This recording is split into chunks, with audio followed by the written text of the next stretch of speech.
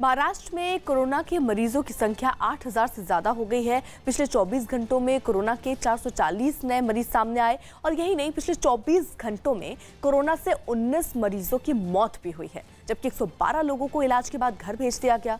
महाराष्ट्र में अब तक कुल 1188 मरीज ठीक होकर घर जा चुके हैं। तो महाराष्ट्र की स्थिति ये है कि वहां कोरोना के मरीजों की संख्या 8,000 के आंकड़े को पार कर गई है और 24 घंटे की स्थिति अगर हम देखें पिछले, तो 440 यहां नए मरीज सामने आए और यही नहीं, 24 घंटों में कोरोना से 19 लोगों की मौत भी हुई है, जबकि 112 लोग ऐसे भी हैं जिनका इलाज हुआ, जिन्होंने सहयोग किया और वो पूरी तरीके से स्वस्थ होकर घर भी चले गए। महाराष्ट्र में अब तक कुल 1188 मरीज जो हैं वो ठीक होकर अपने घर भी जा चुके हैं। कोरोना से निपटने के कदमों पर केंद्र सरकार ने सुप्रीम कोर्ट में हलफनामा दाखिल किया। सुप्रीम कोर्ट ने केंद्र सरकार ने कहा कि कोरोना से निपटने में भारत दूसरे देशों से बेहतर काम कर रहा है।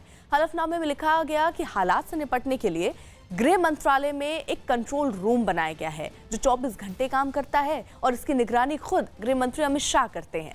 केंद्र सरकार के हलफनामे में यह भी बताया गया कि राज्य से दूसरे राज्य की तरफ पलायन कर रहे मजदूरों को रास्ते में ही रोक कर रखा गया, जिसके बाद राहत शिविर में करीब 5 लाख लोग रह रहे हैं।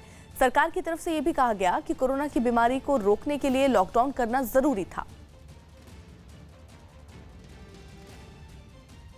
आगरा में लॉकडाउन के नियम का पालन कराने में लगी पुलिस पर हमला किया गया। बताया गया कि आगरा के एक इलाके में जब पुलिस गश्त कर रही थी तभी वहां कुछ लड़के भीड़ लगाकर खड़े थे। इसके बाद पुलिस ने जब सभी को घरों में जाने को कहा तो पुलिस वालों पर पथराव शुरू कर दिया गया।